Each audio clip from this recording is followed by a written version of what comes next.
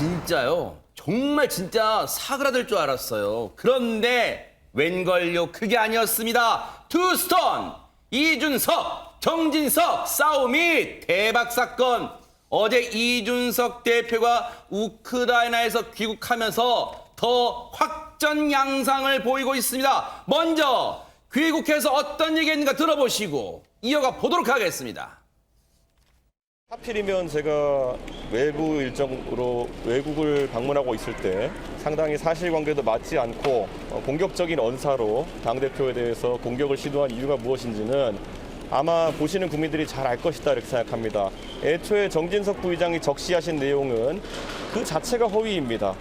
애초에 저희 방문단은 지금 저희 외교부 실무자들이 다수 동행한 일정입니다. 그렇기 때문에 정부 측이나 대통령실과 상의가 없이 저희가 갈 수도 없는 일정인데도 어느 유튜브 방송에서는 할 법한 이야기를 대한민국의 국회 부의장이 말씀하셨다는 거는 첫째로는 악의가 있거나 아니면 둘째로는 굉장히 정보의 어두운 상황이었거나 이 둘 중 하나일 것입니다. 그에 대해서 명확한 입장 표명을 하셔야 될 것입니다. 어제 저 발언을 저희가 정말 용케 타이밍에 맞아서 뉴스파이터 시간에 생중계로 전해드렸는데 들으면서 전혜연 평론가님, 와, 이거 폭풍 발언이다, 작심 발언이다 이런 생각이 들었어요. 예, 말 그대로 작심 발언. 직설 화법입니다. 아하. 보통 근데 당내 인사들에 대해서 얘기를 할 때 뭐 오해가 있었던 것 같다. 소통이 부족한 것 같다. 보통 이렇게 표현을 하는데 이준석 대표 용어를 한번 볼까요? 네. 허위. 하하. 허위. 한마디로 정진석 부의장 거짓말하고 있다. 약간 라는 법률적 식으로. 용어 같기도 하고 그래요. 예, 완전 직설적인 용어입니다. 그리고 당대표 공격한 의도. 이것도 굉장히 직설적인 사실 화법이거든요. 특히 당내에서 이런 용어를 쓰지 않는데 이준석 대표 이거 다 쓴 다음에 한번 읽어보고 연습한 게 아닌가 할 정도로 단 한마디도 틀리지 않고 지금 조목조목 반박을 하고 있습니다. 네. 그런데 작심 발언 그리고 직설 화법 글쎄 그럴 수 있는데 앵커님이 말씀한 것처럼 국민 화나 민생 문제라든가 그러네요. 또 안보 문제 굉장히 중요하기 때문에 사실 여당 내부에서의 어떤 이런 문제에 대해서 비판적인 여론이 좀 높아지고 있어요. 그래서 아마 이준석 대표도 이런 부분에 대해서 앞으로 좀 듣지 않을까 그런 생각이 듭니다.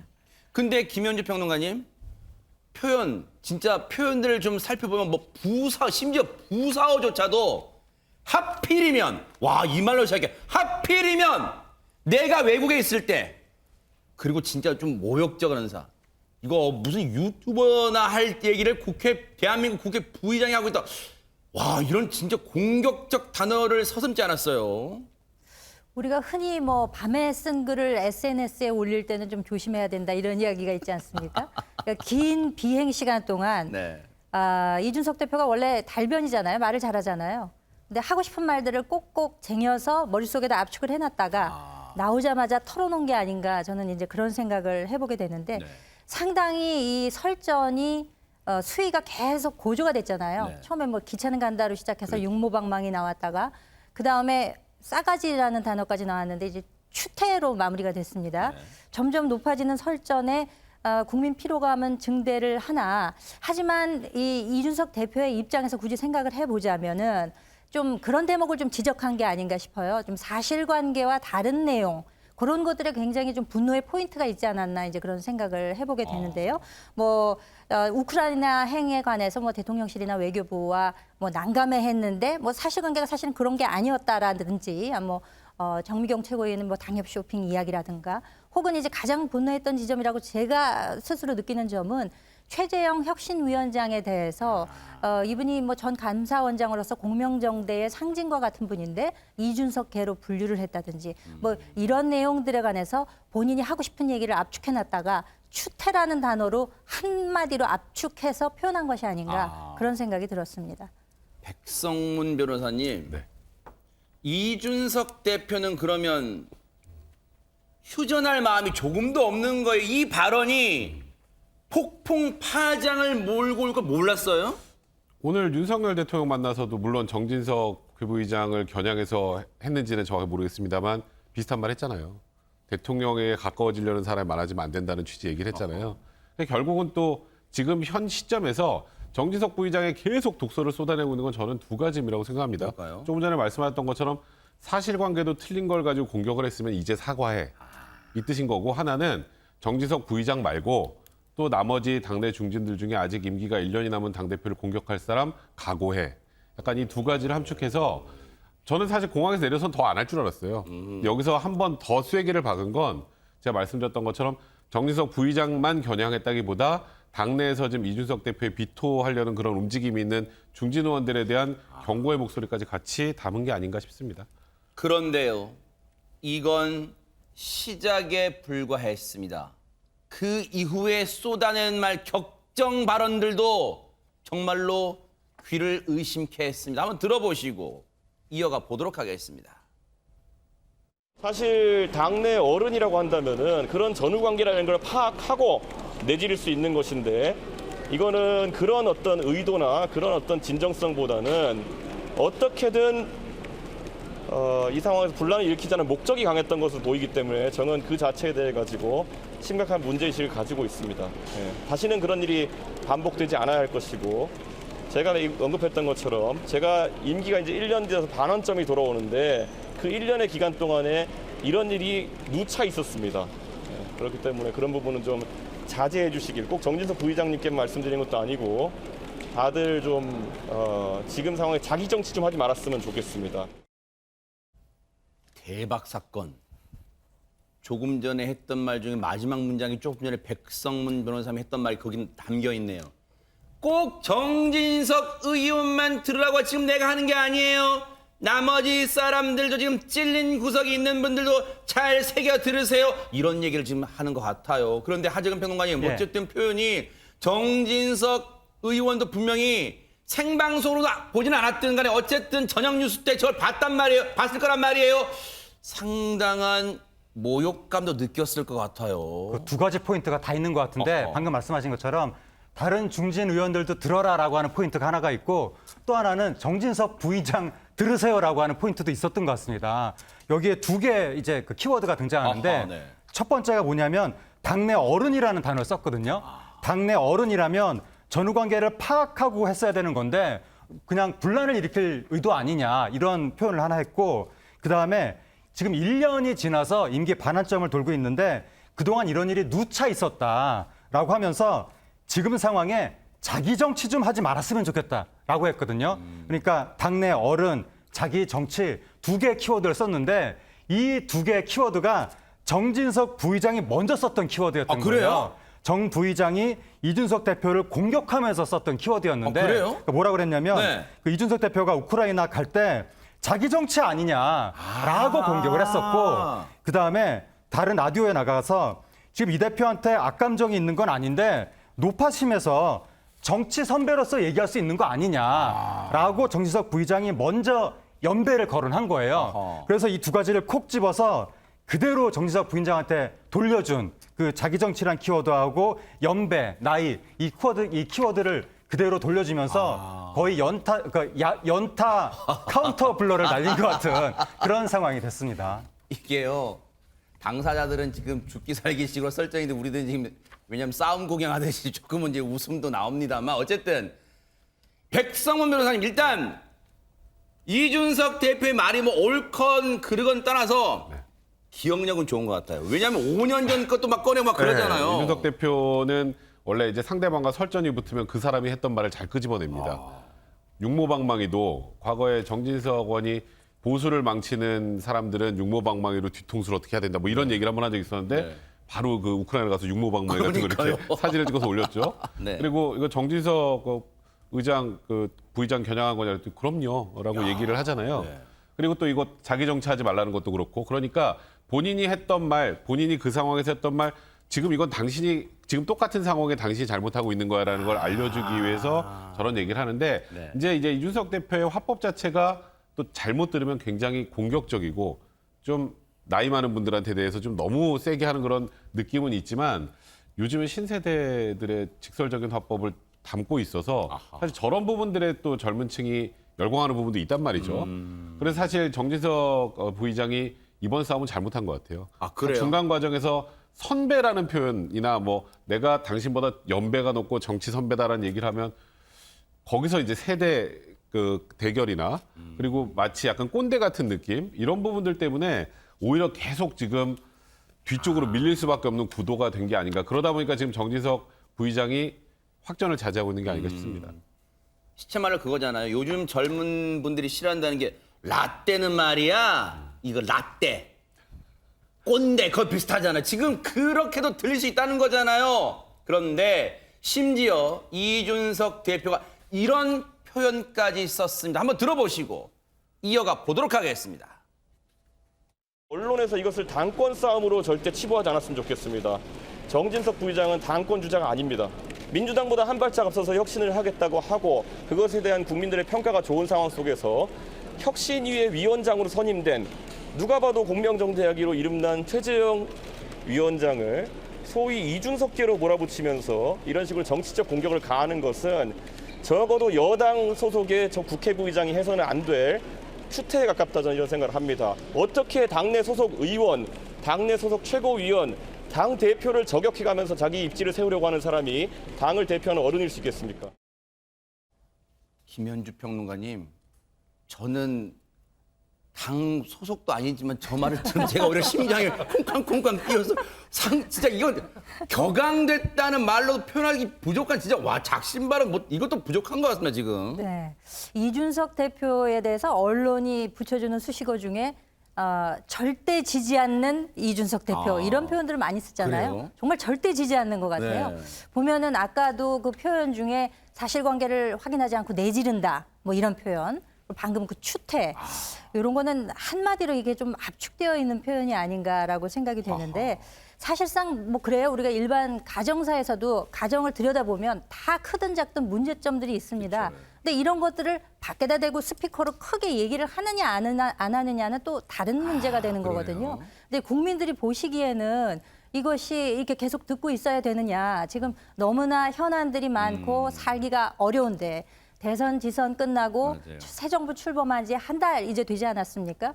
이 와중에 정말 당내에 정말 상징적인 인물들이 이렇게 수위를 높여가면서까지 서로 공세를 해야 되는 것인가라는 그런 지적을 하실 수 있을 것 같고 당내 분란을 넘어서서 이게 이제 자만으로 비춰지지 않을까라는 우려도 좀 있는 것이고요. 근데 뭐 아까도 지적이 나왔습니다만 정진석 부의장 같은 경우에는 지금 요번에 그 상당히 그 연배 같은 것을 논하시면서 조금 지는 싸움으로 좀 가신 것이 아닌가라는 그런 지점은 좀 지적이 필요하지 않을까. 필요한 때 필요한 이야기를 할 수 있지 않은가라고 반문은 하셨지만 과연 그때가 필요한 시점이었는지 꼭 필요한 이야기였는지 거기에는 좀 의문이 붙습니다. 장기나 바둑으로 치면 수를 조금 잘못 둔 거 아닌가 지금 그런다는 거잖아요. 그런데 아까도 궁금했지만 허주연 변호사님 저 얘기를 정진석 의원이 지금까지도 못 들었을 일 없잖아요. 당연히 들었겠죠. 네. 지금 아마 정 부의장 속이 부글부글 끓고 있을 겁니다. 네. 그런데 어쨌든 불을 더 크게 피우는 것은 좀 경계하는 모양새예요. 아, 그래요? 오늘 이제 정진석 의원 SNS에 별다른 설명 없이 뭘 올렸냐면요. 네. 소이부답이라고 쓴 액자, 지금 나오는 사진인데 그냥 아무 말 없이 저 사진만 딱 저 올렸어요. 무슨 뜻이에요? 저게요. 웃지만 답하지 않는다라는 말이에요. 저 액자는 김종필 전 총리가 쓴 휘호라고 하는데 그래요? 저 말 자체는 원래 당나라 시인 이백이 산중문답이라는 그 쓴 책에 나오는 구절이에요. 근데 아까 그 뜻이 이 웃지만 답하지 않는데 이걸 언제 쓰느냐 두 가지 경우가 있습니다. 네. 첫 번째는 곤란한 질문에 대해서 뭐라 말해야 될지 몰라서 회피하는 경우. 두 번째는 대응할 가치조차 없는 말에 대해서 예의상 대처하는 경우 요 두 가지거든요. 그래서 정진석 부의장이 저 액자 사진의 소이부답을 왜 했는지 그 속내는 알 수 없지만 어쨌든 최소한 갈등을 증폭시킬 수 있는 맞대응은 좀 자제하는 모양새가 아닌가 이런 생각이 듭니다. 앞서 우리 김현주 평론가님 말씀하셨지만 이준석 대표 앞에 수식어 절대 지지 않는다잖아요. 그러면 저렇게 소이부답 정진석 의원이 SNS에 올려놓은 걸 보고 그냥 가만히 있었을까요? 관련 얘기 들어보시고 이어가 보도록 하겠습니다. 이준석 부의장이 오늘 소이부답 올리셨거든요. 앞으로 좀 어떻게 풀어나가실 건지. 뭐 소이부답을 올리셨다는데 소위부답은 행동으로 하는 거지. 그 소위부답을 그렇게 소위부답하겠다고 올리는 게 소위부답이 아니거든요. 그 소위부답 하시겠다니까 뭐 하시면 되죠. 그러니까 그거를 나 조용히 하겠음을 글로 올려놓고 조용히 하는 경우 있나요? 그거는 뭐 저는 약간 의아한 반응이다 이렇게 생각합니다. 네. 전혜연 평론가님 진짜 절대 안 지네요. 절대 안 집니다. 그러니까 이게 시점을 잘 보셔야 되는데 이준석 대표가 귀국한 시점이 윤석열 대통령과의 오늘 오찬 그 일정을 맞추기 위해서 귀국한 분도 분명히 있어요. 네. 그런데도 끝까지 이렇게 하는 것은 나 여기서 멈출 생각 없다라는 거고 그래요? 나 윤석열 대통령 만났을 때도 이 문제에 거론할 수도 있다라는 뉘앙스가 분명히 있습니다. 우리가 나중에 살펴보면 알겠지만 굉장히 과격한 용어들 나오고 있거든요. 그래서 한마디로 난 여기서 물러나거나 조용히 있을 생각이 없다라는 걸 굉장히 명확하게 보여주는 언행이라고 봅니다. 이쯤 되니까 시청자분들도 궁금해하실 것 같아요. 백성문 변호사님. 이제 우리 흔히 그런 생각하잖아요. 아, 당을 위해서라면 그것도 승리한 당이니까 이쯤에서 좋은 게 좋은 거다 그런 말도 있지만 좀 자중했으면 좋겠는데 지금 그럴 생각이 없는 것 같아요. 왜 그럴까? 이준석 대표 심리는 뭐예요, 그러면? 일단 6.1 지방선거 전까지 이준석 대표를 내부에서 비토하는 얘기가 좀 있었나요? 없었죠, 별로. 그때까지는 그럴 수 없으니까, 선거 때문에. 근데 이제 선거 끝나고 윤리위도 뭐 소집한다는 얘기가 나오고 이준석 대표가 쉽게 말해서 선거 때는 이용할 필요가 굉장히 많은 유용한 그런 대표지만 소위 평시 선거가 없을 때는 좀 이준석 대표보다는 다른 대표가 낫지 않나 이런 얘기들이 막 나온단 말이에요. 그리고 뭐 맨날 이제 이준석 대표 윤핵관 얘기도 많이 해왔었고 그러니까 아까 우리가 했던 말 중에 유심히 들을 게 이제 반환점을 돌았는데 반환점을 돌았다는 건 나머지까지 간다는 소리예요. 와. 그러니까 1년을 끝을 채우겠다는 건데 그러니까 나 건들면 나 끝까지 가만 안 있어라는 걸 보여주기 위해서 저는 이게 옳은 방법이라고 뭐 단언하기 좀 어렵겠습니다만 이준석 대표 입장에서는 정진석 부의장을 필두로 앞으로 이런 일들이 생길 것에 대해서 나 이런 일이 생기면 이렇게 대응한다라는 것 그리고 끝까지 나는 이에 대해서 책임을 묻겠다라는 모습을 보여주려고 하는 것 같습니다. 그러니까 말 그대로 이준석 대표는 나는 대표 당대표 2년 완주하겠다. 이 의사를 강하게 표현한 거라고 보입니다. 타이밍이 절묘해요. 내일이 바로 이준석 대표가 당대표 취임한 지 1년 되는 날이랍니다. 자, 그런데 앞서도 제가 말씀드렸잖아요. 허주현 변호사님. 저는 국민의힘과는 아무 관련이 없는 사람인데도 저 발언 들으면서 심장이 쿵쾅쿵쾅 막 뛴다 그랬잖아요. 당 내에서도 소속 의원들 좀 불편함이 있을 것 같은데 이 싸움 보면서. 불편함은 있겠지만 지금 뭘 나설 수가 없는 상황이죠. 그래요? 어느 쪽도 지지를 해도 다 이익을 볼 수가 없어요. 손해를 볼 수밖에 없는 구조일 겁니다. 네. 이러지도 저러지도 못하는 거예요. 왜냐하면요. 지금 일단 이 싸움 자체가 지금 뭐 민생 위기 막 이런 게 있는 상황에서 당내 어떤 계파 갈등 막 이런 걸로 비출 수가 있어요. 특히 청년 정치인과 기성 정치인의 대립 구도처럼 형성되는 것처럼 보일 우려가 있거든요. 이런 상황에서 만약에 정부 의장을 지지하는데 말을 한마디라도 보탰다가 뭔가 기성 정치인에 합류해서 청년 정치인을 공격하는 그런 모양새가 될 수도 있고요. 네. 반대로 이 대표를 지지했다가는 윤석열 대통령과 또 대립하는 그런 모양새가 연출될 수도 있잖아요. 그래서 지금 이러지도 저러지도 못하고 눈치만 보고 있는 관람자 모드들이 다 된 거예요. 이런 와중에서 지도부가 중재에 나섰는데 네. 이제 권성동 원내대표는 논의가 지금 뭔가 건설적으로 이루어지지 못하고 감정 싸움으로 비화하는 것 적절하지 않다라고 하면서 소모적 논쟁 더 이상 하지 말라 이런 의견을 밝혔고요. 김용태 최고위원도 비공개 최고위에서 이제 서로 자제하자고 얘기하기로 했다라는 입장을 밝혔습니다. 이러다 보니까 이렇게 당이 이긴 정당에서 선거 압승한 정당이 시끌시끌한 정말 희한한 상황 보는 거잖아요. 권성동 원내대표가 중재를 넘어서 대신 사과하는 지경까지 이르렀습니다. 들어보시고 이어가 보도록 하겠습니다. 지금 현재 이준석과 정진석의 갈등은 내용인가요? 그 당 지도부에서 이렇게 싸우는 듯한 모습으로 예. 비춰져서 굉장히 송구스럽게 생각하고요. 예. 어제 저희 방에도 엄청나게 많은 전화가 왔는데 두 분 모두를 비판하는 전화가 대부분이었습니다. 아, 그래요? 예. 이제 좀 더 성숙한 그런 태도로 본인의 의견을 개진하고 거기서 비판을 하는 거는 뭐 건전한 민주주의 발전에서 저는 바람직하다 이런 생각하지만은 거기에 감정이 지나치게 섞이고 여과 없이 표출되는 거는 이제 좀 지양을 해야 된다. 그런데 어제자를 보니까 뭐 정진석 부의장은 반응을 보이지 않았고 예. 이준석 대표는 본인이 하고 싶은 말을 그냥 다 쏟아냈기 때문에 예. 이제 오늘부터는 이런 다툼이 수면 아래로 가라앉을 것이다 이렇게 보고 있습니다. 하재근 평론가님, 권성동 원내대표는 수면 아래로 오늘부터 가라앉을 거랍니다. 그렇습니까? 가라앉을 거라고 이야기를 했는데 저것은 예측이라기보다는 바람이 개인적 바람이에요. 아닐까라고 생각이 되는데 네. 권성동 원내대표가 뭐라고 그랬냐면 네. 당 지도부에서 싸우는 모습으로 비치면 굉장히 송구스럽고 이렇게 감정이 지나치게 섞이고 여과 없이 표출되는 거는 지양해야 된다라고 당위를 얘기한 거고 그러니까 예측보다 당위가 좀 더 많은 것 같고 네. 오세훈 시장도 공개적으로 충돌이 이루어지는 것에 대해서 우려한다. 뭐 원숙해지고 성숙해지면 좋겠다. 네. 이렇게 얘기를 했었는데 네. 아무래도 국민들이 보기에 당내 분란 이미지가 안 좋거든요. 어느 당이든지 그런 목소리는 나오지 않았으면 좋겠다는 그 바람을 항상 가지고 있지만 또 이게 당내 어떤 충돌의 목소리가 안 나오기는 힘들고 그리고 필연적으로 그 당권을 두고 다투는 전당대회가 가까워지면 가까워질수록 파열음이 나올 수밖에 없거든요. 어느 정당이든지. 민주당도 마찬가지고. 네. 그래서 국방부 시계만 돌아가는 게 아니라 여의도 시계도 돌아가기 때문에 지금 국민의힘도 운명의 순간이 지금 1년 앞으로 다가왔는데 차기 당권을 가르는 그 선거가 그 시간이 다가오면 다가올수록 어떤 식으로든지 파열음은 날 것 같습니다. 이러다 보니까 지금 당내에서 세대 간의 갈등으로 번지는 거 아니냐 이런 우려의 목소리마저 나오고 있어요. 이런 가운데 청년 정치인이죠. 김용태 최고위원이 이런 얘기를 했어요. 한번 들어보시고 이어가 보도록 하겠습니다. 1년 내내 흔들어 놓고 무슨 싸가지를 논합니까? 라고 좀 강력한 발언을 했는데 최고위원님도 이준석 대표의 이 발언에 대해서 공감하십니까?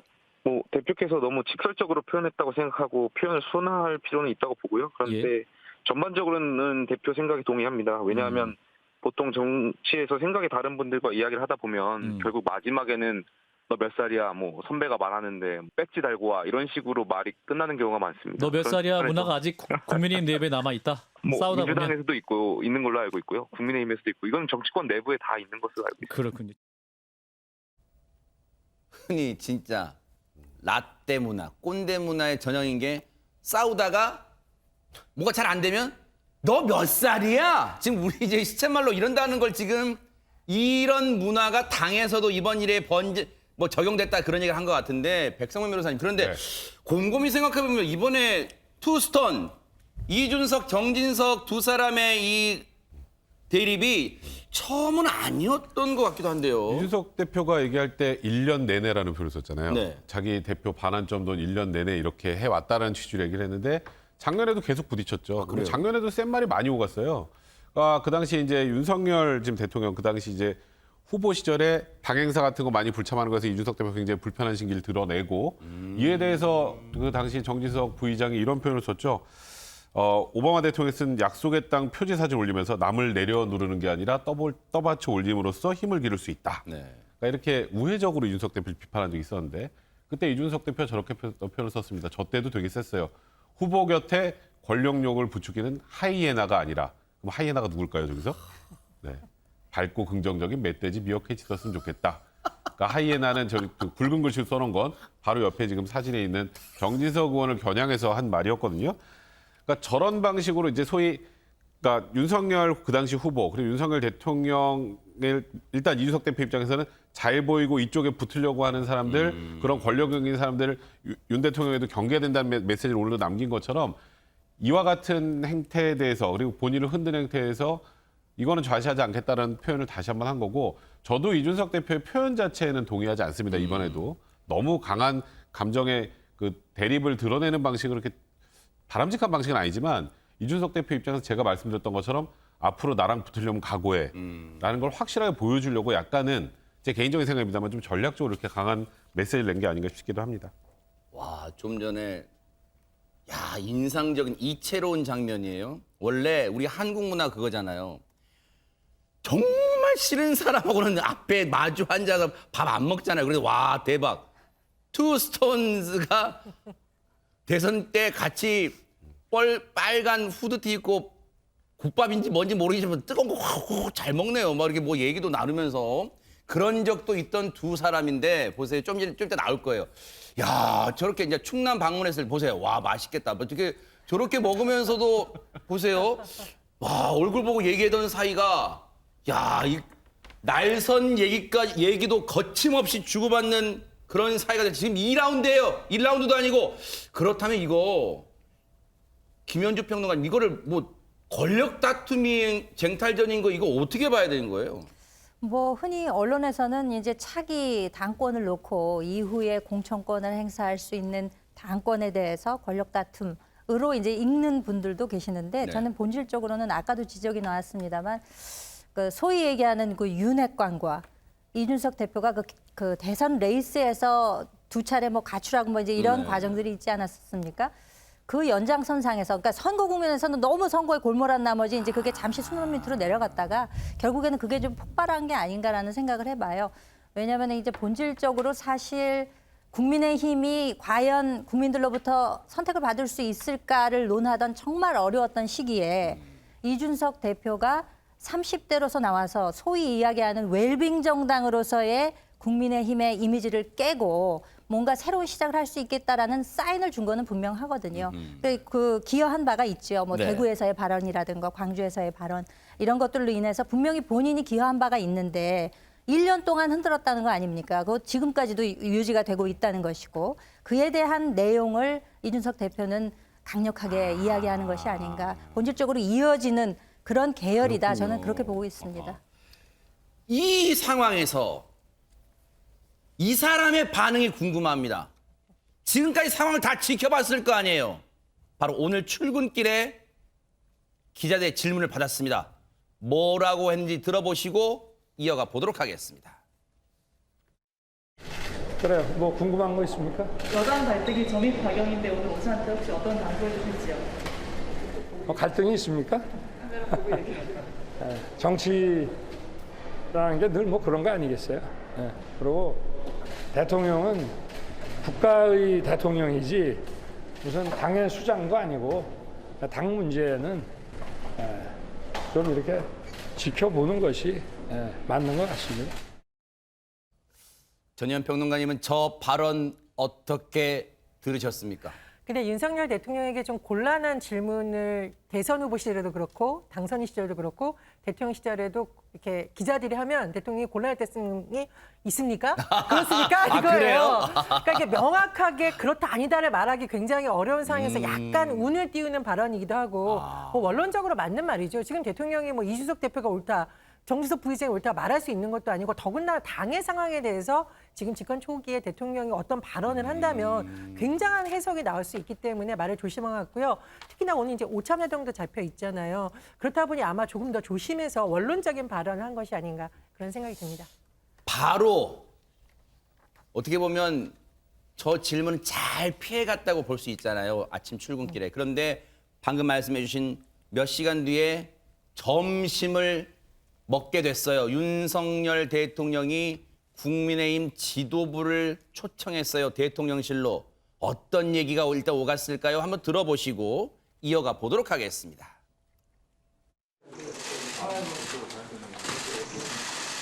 잘 다녀오셨어요? 아니 뭐 차를 뭐 20시간씩 타고 이러셨어요. 여기 현장이 그렇습니다 지금.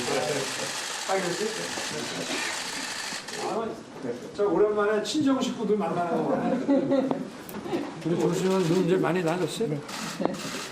아니 거기 어디 우크라이나는 뭐 수치가 할 만한 뭐 이런 게 좀 안 돼 있으니까. 수도는 괜찮고 딴 데는 아직까지 좀 무슨 교전이나 이런 게 운영만 하죠? 아니 저희 가는 날 그 한 발 떨어져가지고 뭐 사이렌 울리고 대피하고.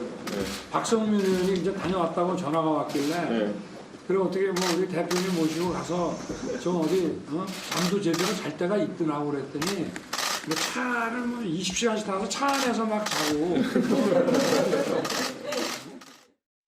본격적으로 밥 먹기 전에 일단 분위기를 이렇게 만들어가는 얘기들을 저희가 쭉 들려드렸는데 실제로 오찬의 분위기는 어땠어요, 하재근 평론가님? 일단 공개된 것만 봤을 때는 지금 보신 것처럼 전체적으로 분위기가 좋았던 것 같고 윤석열 대통령이 확실히 그 보스 기질이 있어서 좌중에 딱 들어갈 때부터 이렇게 말을 한마디씩 툭툭 던지면서 분위기를 쫙 모아가는 그러한 능력이 정말 탁월한 것 같고 그래요, 네. 그리고 이준석 대표도 아까 공항에서는 정말 날선 굳은 표정이었었는데 여기 윤석열 대통령 옆에서는 이가 많이 보이더라고요. 원래 동물은 이를 보이면 저기를 드러내는 거지만 사람은 정반대거든요. 호의를 드러내는 거거든요. 색다른 해석인데요. 네네. 아하. 화기애애한 네. 분위기였던 것 같고 또 윤석열 대통령이 오랜만에 친정 식구들 만나는 것 같다. 뭐 네. 그런 얘기도 했고 그리고 우크라이나 사정에 대해서 대통령이 물어봐서 이준석 대표가 대답하기도 하고 네. 일단 공개된 부분만 보면 분위기는 좋았던 것 같습니다. 네. 이준석 대표에게 사실 오늘 모든 언론의 관심이 쏠렸다 해도 과언이 아닐 거예요. 우리 보통 그런 표현을 하잖아요. 화장실 들어가기 전 마음 다르고 화장실 들어갔다 나온 마음 다르다 하는데 이준석 대표에게 오찬 참석 전에 어떤 얘기 할 거냐 뭐 그런 거 궁금하잖아요, 기자들이. 일단 그 발언 먼저 들어보시고 이어가 보도록 하겠습니다. 이렇게 오찬 지금 예정되어 있으신데 오찬 때 좀 어떤 말씀 얘기하실 건지. 보수 정당이 탄핵까지 이르면서 고생했던 그 원인 중에 하나는 결국에는 대통령에게 가까워지려는 사람들과 그리고 거기에서 배제된 사람들 간의 갈등이 굉장히 컸었다. 이런 부분 대통령께서 특히 지난 정권들에 대한 수사를 하셨기 때문에 누구보다 그런 어떤 부분에 대해서는 굉장히 경각심을 갖고 보고 계실 거다. 허심탄회하게 얘기해야 되지 않을까요? 그런 부분 다 얘기해야죠. 당연히 저희가 정당의 책임자인데. 네, 대통령 가까운 사람, 배제된 사람 발생이 있어서 어려웠다 그런 거에 대해서 얘기를 좀 하시겠다고 하셨는데 뭐 나는. 뭐 근데 그 문제는 사실 뭐 가서 이야기하기도 전에 당내에서 어느 정도 이견이 좁혀져가는 분위기가 사실은 있어가지고 따로 언급할 그런 뭐 공개적인 땅도 언급할 상황은 아니었고. 김현주 평론가님, 분위기가 180도 좀 달라진 듯해. 이준석 대표 어떤 자세, 분위기, 표정 이런 게 왜 무슨 일이 있었던 거예요 지금? 들어갈 때와 나올 때가 확연히 다르네요. 네네. 지금. 네. 보니까 상당히 들어갈 때는 표정도 굳어 있고 말도 이게 단호하게 했는데 나올 때는 뭐 이런 식으로 이제 지금 이야기를 하고 있잖아요. 사실상 그 비공개로 전환하기 이전에는 윤 대통령이 우크라이나에 관한 이야기만 물어보셨다고 합니다. 한 9분 정도. 계속 아까도 뭐 우크라이나에 숙식할 그렇죠. 만한 데가 있느냐 이제 이런 이야기로 이렇게 부드럽게 푸니까 사실상 그 우크라이나를 왜 가느냐를 놓고 정진석 부의장과 설전이 있지 않았었습니까? 왜 외교부하고 정부에서는 좀 이를테면 곤란해하는데 왜 굳이 가려고 하느냐라는 것에서 대통령실에서는 뭐 그런 거를 확인한 바 없다라고 얘기를 했는데 어떻게 보면은 대통령이 지금 계속 우크라이나에 관한 이야기하면서 뭐 또 특사 얘기까지 나왔었다 그래요. 어허. 그렇게 하면서 이준석 대표에 대해서 좀 인정해주는 듯한 그런 분위기가 더 많이 조성이 되다 보니까 아무래도 본인이 원래 하고자 했던 이야기보다는 전체적인 정치 현안보다는 부드러운 분위기로 풀어지면서 좀 이게 어떻게 보면은 지금 이 대결 국면이 조금 잦아드는 그런 계기로 작용할 수 있지 않을까 저는 그런 예상을 해봅니다. 모르긴 몰라도 그런 생각이 들어요. 전혜연 평론가님. 윤석열 대통령이 정치 초년생이라고 언론들은 얘기하고 정치권은 얘기하지만 가만히 사람을 대하는 이른바 용인수를 보면 오늘 분명히 점심자리에서 뭔가 이준석 대표를 쉽게 말하면 우리 시쳇말로 궁디팡팡 좀 해준 거 아니에요? 왜냐하면 그러지 않고 이렇게 풀릴 리가 없잖아요. 사르르. 혹시 기억나십니까? 대선 과정에서 이준석 대표와 당시 윤석열 후보 간의 갈등이 극에 달했을 때 누가 손을 내밀었느냐? 당시 어쨌든 윤석열 후보가 손을 내밀었어요. 그래서 불고기도 같이 먹고 그랬죠. 또 의원총회에서 분위기 격양됐을 때 다 같이 갑시다 하면서 분위기를 모은 경험도 있고 하기 때문에 아마 이번 갈등을 공개적으로 누구 편을 들어줄 수는 없는 상황이었지만 오늘 오찬을 하면서 아마 그래도 우리가 집권 여당인데 대표님 좀 이렇게 해주시면 좋지 않겠습니다라고 좀 마음을 풀어주는 역할을 하지 않았을까라는 생각이 들고요. 이준석 대표도 어쨌든 뭐 다른 사람도 아닌 대통령이 그렇게 했다면 여당 대표로서 또 책임감을 일부분 느끼지 않았을까 그런 생각이 듭니다. 그런데 이준석 대표 이제 일단 귀국하고 바쁜 일정에 바로 오늘 대통령과 점심도 먹었어요. 앞으로는 뭐 당이 탄탄대로를 걸을 것 같지만 본인에게 남아있는 중요한 일정이 있다면서요, 백성문 변호사님. 요 일정 전까지는 괜찮을 것 같습니다. 요 일정 전까지. 조금 전에 우크라이나 얘기를 시작해서 한 9분 정도 얘기를 했다는 것도 잘 갔다 왔냐 우크라이나 얘기만 했다는 건 정진석 의원이 처음 제기했던 우크라이나 그 자기 정체로 갔다는 거를 좀 반대되는 모습을 보여주는 거잖아요. 그것만으로도 이준석 대표에게 힘이 갔는데 문제는 네. 이제 운명의 윤리위가 남아 있습니다. 어허. 사실 처음에 에이 어떻게 이준석 대표를 져가지고 징계를 하겠어? 쪽에 얘기가 훨씬 많았습니다. 근데 좀 묘하게 돌아가는 것 같아요. 그래요? 이게 일단 이제 좀 뭐 소위 한 유튜브 채널에서 언급했던 성상납 의혹하고 그다음에 그 이후에 증거인멸 교사 의혹이 두 가지 의혹이 지금 제기가 되고 이 경찰 수사가 진행되는데 이거는 제가 보기에 생각하기에 수사기관에서 어떤 결과가 나올 수 있는 상황 자체가 아니에요. 어허. 그러면 수사기관에서 아무 결과가 안 나오면 그럼 끝이어야 되는데 윤리에서는 이 진위 여부보다 더 중요한 게 당의 명예를 실추시켰는지 여부와 관련해서 윤리위에서 판단하겠다는 겁니다. 아, 그래요? 그러니까 진위 여부가 아니라 당의 명예를 실추시켰는지. 그러니까 이게 한 유튜브 채널 통해서 녹취록, 녹음 파일 같은 것도 공개되고 하지 않았습니까? 그래서 지금 일단은 윤리위가 열리면 총 4단계 그 징계가 있는데 뭐 제명이나 탈당 공고 이런 거 당원권 정지까지도 제가 보기엔 안 갈 것 같은데 문제는 이제 경고 처분이 내려질 수도 있다는 얘기가 나옵니다. 경고 처분. 네. 경고 처분이 나오면 이론상으로는 이준석 대표가 당대표 계속 할 수는 있죠. 경고니까. 무슨 실효적인 그 처분 아니잖아요. 근데 문제는 이러면 이 뒤에 전국은 성상납 전국으로 갑니다. 지금 야당에서 가만히 있겠어요? 아하. 그리고 당내에서도 이제 아주 좋은 흔들 명분이 생기는 건데 그래서 결국 지금 요 윤리가 열려서 어떤 결과를 낼지 여기서 이제 징계를 안 하는 걸로 결론 나면은 제가 보기에 당분간은 이제 당 내용은 그렇게 크게 없을 것 같아요. 근데 여기서 어떤 결과가 나오느냐에 따라서 또 국민의힘이 한번 엄청난 소용돌이를 맞을 가능성도 있습니다. 참고로 국민의힘 당규에 따르면요. 윤리위에, 그러니까 당의 윤리입니다. 당의 윤리위 징계 수위가 있어요. 경고 1단계입니다. 경고, 그다음이 당원권 정지, 그다음은 탈당 권고, 그다음은 제명 이렇게 4단계예요. 그런데 만약에 언론에서 이렇게 물어봤어요. 권성동 원내대표한테. 그 윤리위에서 경고 자체 제일 낮은 수위인데 경고만 나와도 대표직을 유지하기 어렵습니까? 라고 권성동 원내대표한테 물어봤더니 일단 즉답은 회피했지만 이렇게 얘기했어요.